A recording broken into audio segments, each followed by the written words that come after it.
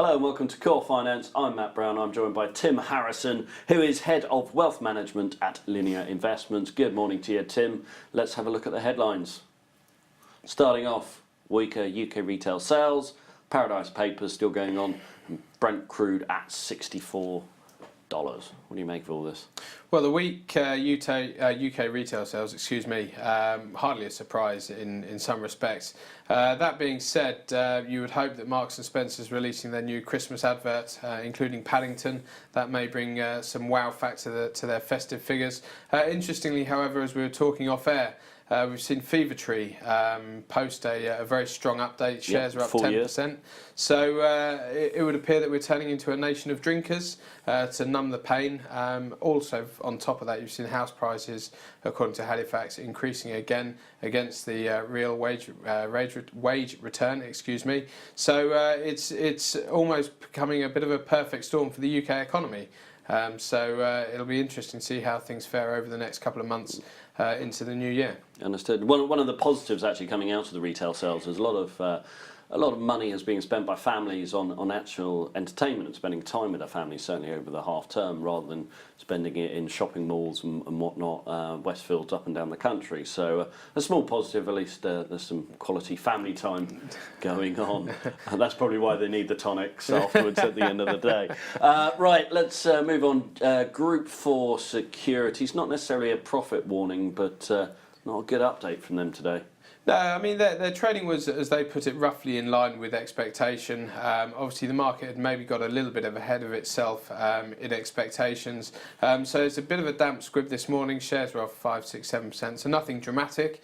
But again, it's one to keep an eye on, because you would have expected that these sorts of companies would have done quite well over the past sort of 6 to 9 months. These guys have struggled a touch of late. However, they have won some big contracts. So again, it's a case of looking through the report and to see what optimism there is to be had if you are looking to buy these shares. Understood.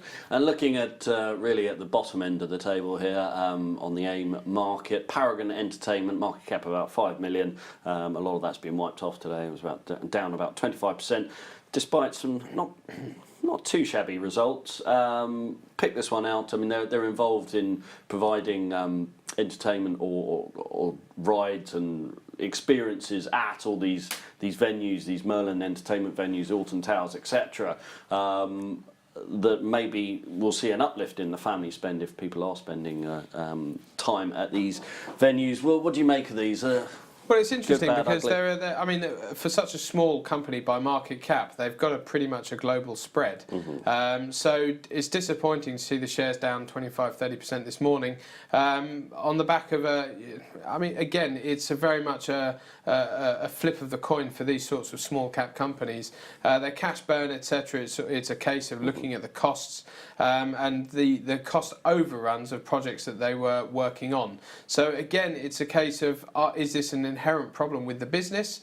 Do they need a shake-up of management and to get a little bit stricter on themselves, or is it a one-off and will they actually start to surge forward? As you point out, if there is a continued appetite for family entertainment, so to speak, then these sorts of companies should do well. But again, if they are going into contracts that are overrunning and costing more than they are pricing for, especially with the FX markets the way they are, then it's a tough gig, to be frank. Certainly for the smaller companies who can't generally ride that out.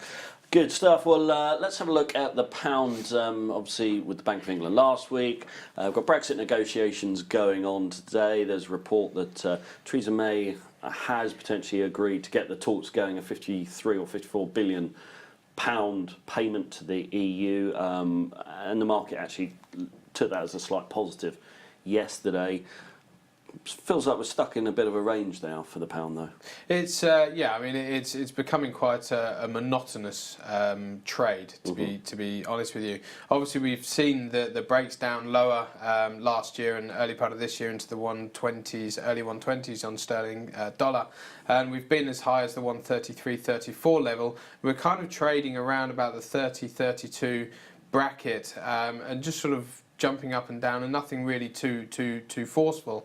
That being said, if you do see some solid numbers from the US, then obviously you're going to see further sterling weakness or dollar strength. On the flip side, if we do manage to negotiate a stronger bargaining position with the Brexit negotiations, then you could see sterling strengthen back through the 34 and maybe not substantially but significantly higher from here. At the moment, it's the volatility, the swings have been sort of removed, so it's a case of looking for other areas to profit from as opposed to the FX market. Understood. And core number for today. We're looking at $18 billion. It's a huge number. I've briefed you on what this is. Singles Day. Singles Day, the yes. Chinese Alibaba created as an anti-Valentine's Day ploy.